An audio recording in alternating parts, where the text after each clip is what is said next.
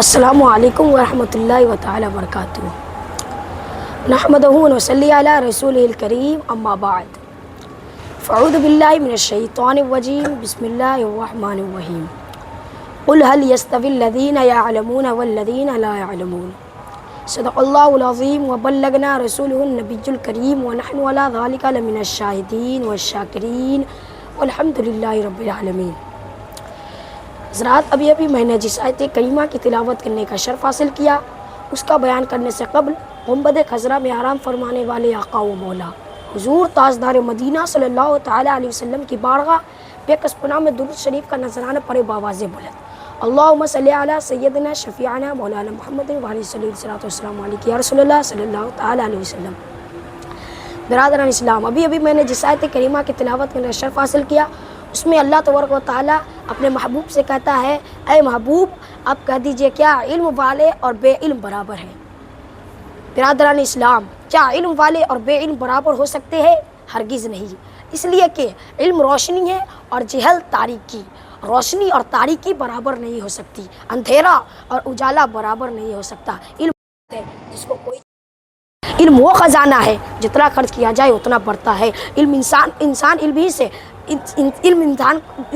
علم ہی سے مؤدب ہوتا ہے، علم انسان کے دلوں کو منور کرتا ہے، انسان علم ہی سے معزز ہوتا ہے، انسان علم ہی سے مدبر ہوتا ہے، انسان علم ہی سے مفکر بنتا ہے، انسان علم ہی سے محدث بنتا ہے، انسان علم ہی سے مفتی بنتا ہے، انسان علم ہی سے دانشور کہلاتا ہے، انسان علم ہی سے اپنے والدین کے مراتب کو پہچانتا ہے، انسان علم ہی سے حرام و حلال کا امتیاز کرتا ہے، انسان علم ہی سے بڑوں کا ادب کرنا سیکھتا ہے، انسان علم ہی سے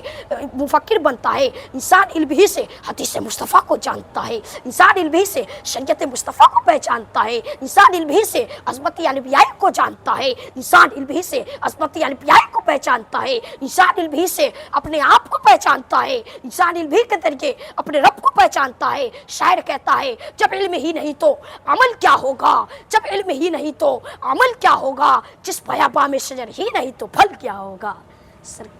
جس بیاباں میں شجر ہی نہیں تو پھل کیا ہوگا۔ سرکار مدینہ صلی اللہ تعالیٰ علیہ وسلم ارشاد فرماتے ہیں، طلب العلم فریضۃ علی کل مسلم و مسلمہ،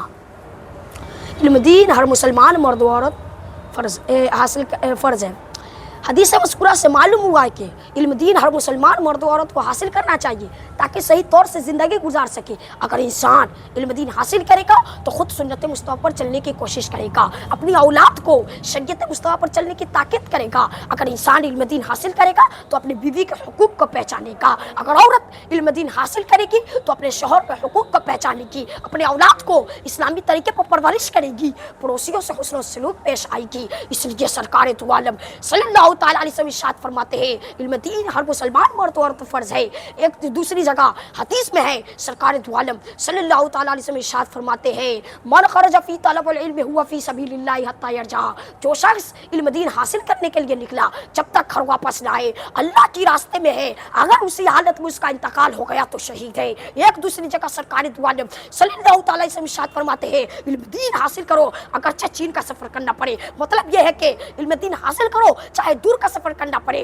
علم دین حاصل کرو چاہے تکلیفیں اٹھانا پڑے، علم دین حاصل کرو چاہے بھوک اور پیاس برداشت کرنا پڑے، علم دین حاصل کرو چاہے مشقت اٹھانا پڑے۔ حضور صلی اللہ تعالیٰ علیہ وسلم ارشاد فرماتے ہیں، کل قیامت کے دن عبادت کرنے والوں اور جہاد کرنے والوں کو حکم دیا جائے گا کہ جنت میں داخل ہو جاؤ۔ اس وقت عالم دین عرض کریں گے، یا رسول اللہ ہمارے علم کے تو پہلے جہاد کیے، علم کے صدقے عبادت کیے۔ اللہ تبارک و تعالیٰ ارشاد فرمائے گا کہ تم میرے نزدیک میرے بعض فرشتوں کے مثل ہو، آج تم شفاعت کرو، تمہاری شفاعت قبول کی جائے گی۔ بس بہت سارے علماء کرام لوگوں کی سفارش کر کے جنت میں لے جائیں گے۔ اس لیے تو کسی شاعر نے کیا خوب کہا ہے، علم سے روشن خیالی آتی ہے انسان میں، علم سے روشن خیالی آتی ہے انسان میں، پختگی اخلاق میں تو تازگی ایمان میں، پختگی اخلاق میں تو تازگی ایمان میں۔ حضرات، میں اپنی گفتگو کو ختم کرنے جا رہا ہوں، وما علینا الا البلاغ۔